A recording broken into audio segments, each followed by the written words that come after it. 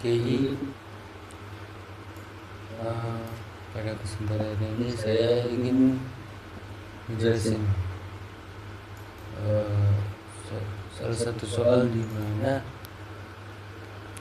hal ini bakal kira-kira dapat membantu teman-teman dalam menghadapi CP besok untuk mata kuliah kalkulus. Saya share screen dulu soalnya. Oke, saya langsung ambil aja dari tentara Hemat kemarin, jadi saya tinggal menjelaskan aja. Ini dari soal tahun lalu ya. Berikan persamaan diferensial sebagai berikut. Pertama kita harus ini aku langsung aja ya. Pertama ngejelasin yang order 2 dulu, habis itu nanti yang order 1. Karena penjelasan ataupun penyelesaian untuk order 2 maupun order 1 itu jauh berbeda.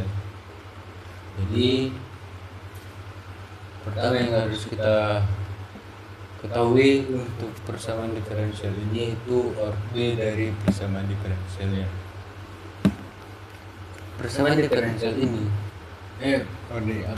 kehomogenan nih. Sorry. Persamaan diferensial ini adalah persamaan diferensial yang non homogen. Kenapa? Karena persamaan yang dalam bentuk d kuadrat d per dx kuadrat ini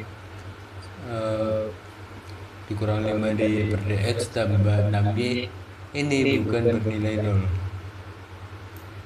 Karena ini bukan bernilai 0, akibatnya persamaan ini non homogen. Karena persamaan ini non homogen, sehingga kita perlu mencari dua bagian dalam menyelesaikan persamaan ini, yaitu bagian DC dan bagian DB. Oke, saya hapus dulu. Oke. Pertama untuk bagian DC.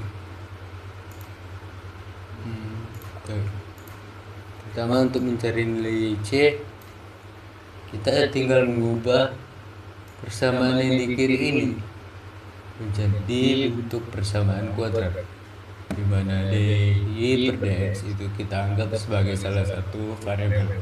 Sebagai contoh kita pakai m. Persamaan kuadrat ini berfungsi untuk menentukan nilai C tadi. Jadi d per dx itu kita anggap sebagai m. Jadi d kuadrat d per dx kuadrat itu m kuadrat.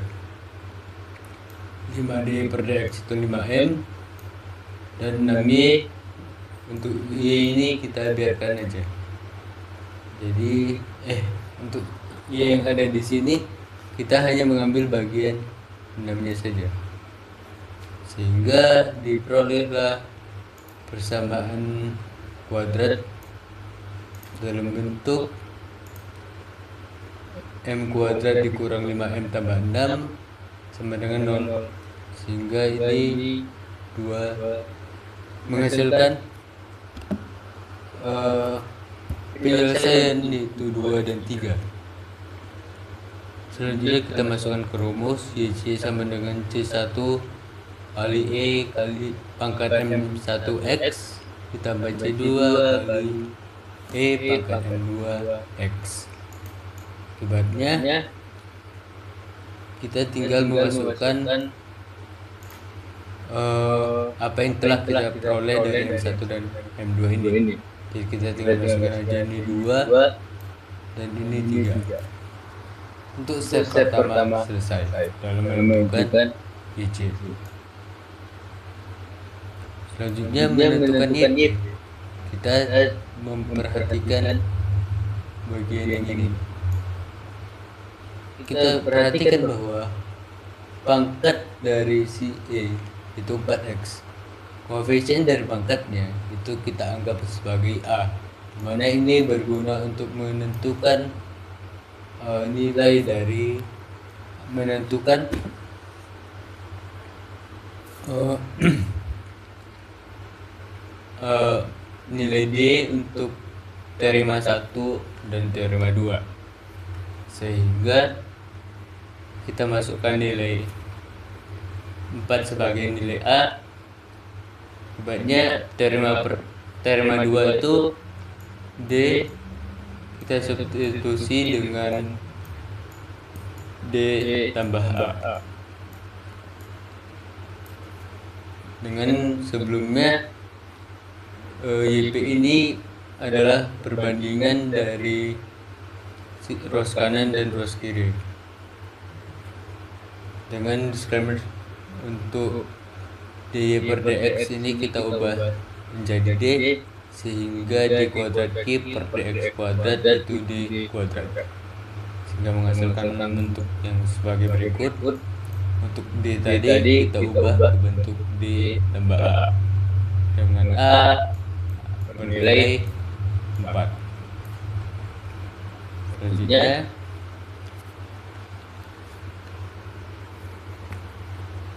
nilai dari D tambah 4 ini kita masukkan ke nilai D ini,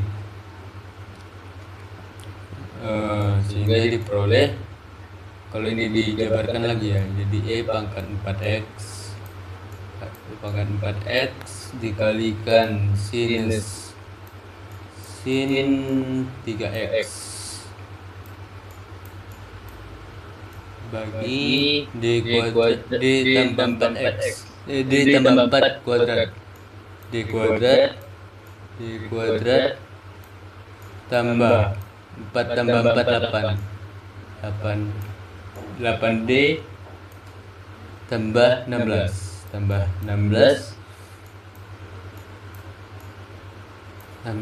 dikurang 5D tambah dikurang 20 tambah 6. Setelah itu ini bagian ini disederhanakan lagi jadi bentuk berikut, dan berikut penyederhanaan dari bentuk ini. D kuadrat 8D kurang 5D itu 3D, 16 dikurang 20 ditambah 6 kita ditambah menghasilkan 2 ya. Nah, bentuk dari ini berguna untuk kita kembali merasionalisasi, sehingga kita harus menggunakan teorema 3, di mana teorema 3 kita menggunakan nilai A ini sebagai nilai si koefisien pada sudut trigono ini sebagai nilai A untuk teorema 3. Akibatnya nilai D kuadrat ini untuk teorema 2 kita masukkan tadi untuk teorema 2 kita menggantikan D dengan D tambah A, sedangkan teorema 3 kita mengganti D kuadrat ini sebagai minus A kuadrat dengan A tadi pengali si sudut, sehingga ini diperoleh minus 3 kuadrat sama dengan 9. Oke. Ini untuk D kuadrat. Kita masukkan ke persamaannya, diperoleh ini 9 ditambah minus 9 tambah 3D tambah 2 sama dengan 3D kurang 7. Selanjutnya kita rasionalisasi dengan cara mengalihkan dengan sekawan. Ini dikalikan dengan 3D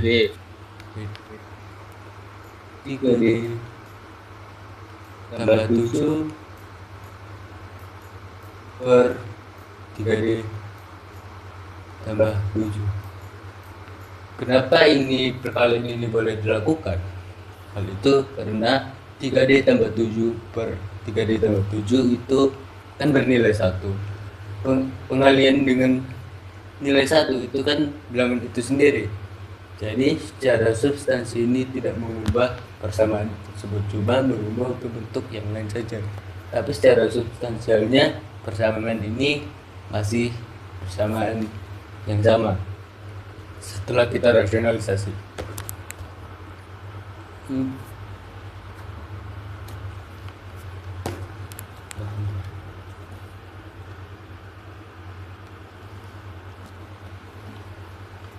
Ini wujudnya bentukkan saya pos.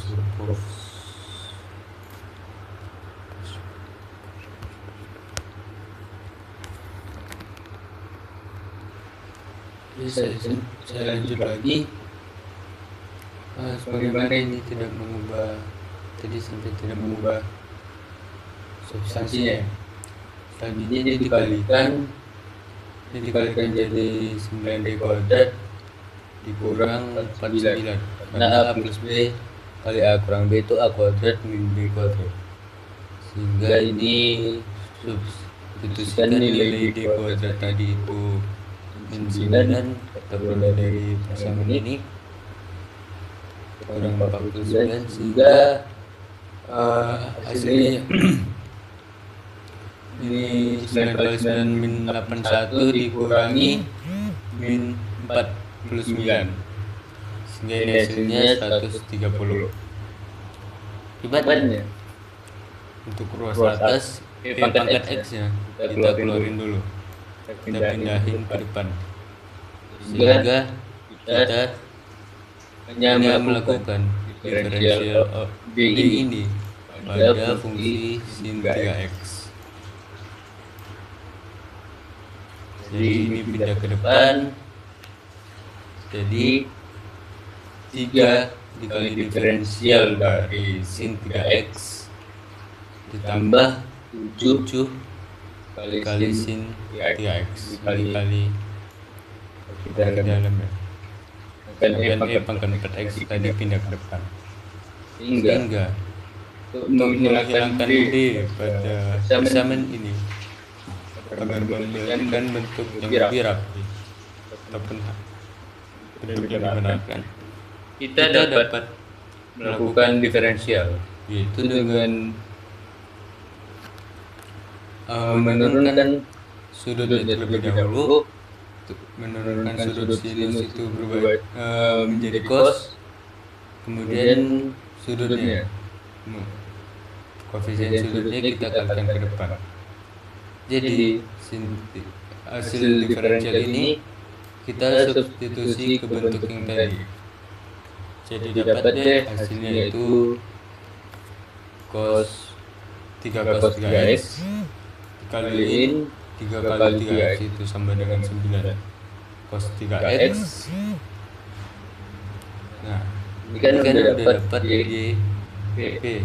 Kita tidak perlu untuk mengalihkannya ke dalam, karena bentuk ini sudah diperbolehkan SAP. Sehingga karena ini tadi merupakan bentuk yang persamaan yang non homogen, karena ini tidak sama dengan 0, kita tinggal menjumlahkan YC yang telah kita peroleh di atas tadi dengan YP yang kita peroleh barusan. Kita tambahin dan inilah kita tulis ulang dan berikut merupakan hasilnya. Sekian untuk penjelasan dan nomor berikutnya. Sekian dan terima kasih.